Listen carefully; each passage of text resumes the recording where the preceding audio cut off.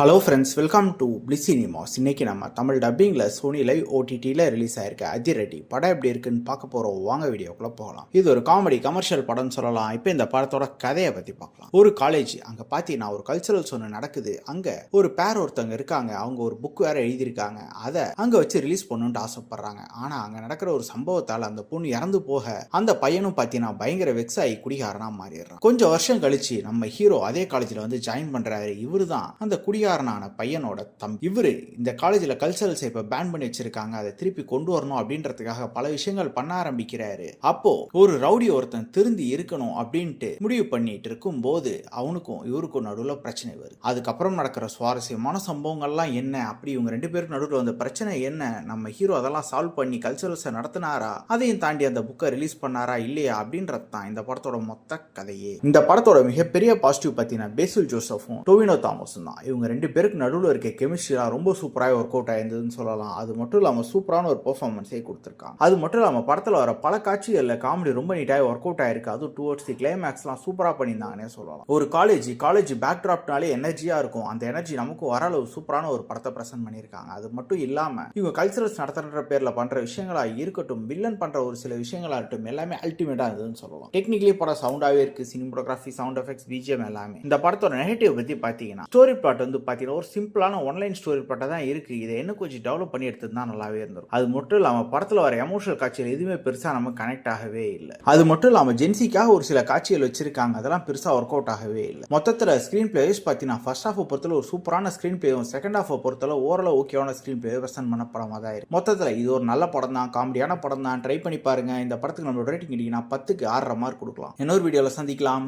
Thank you.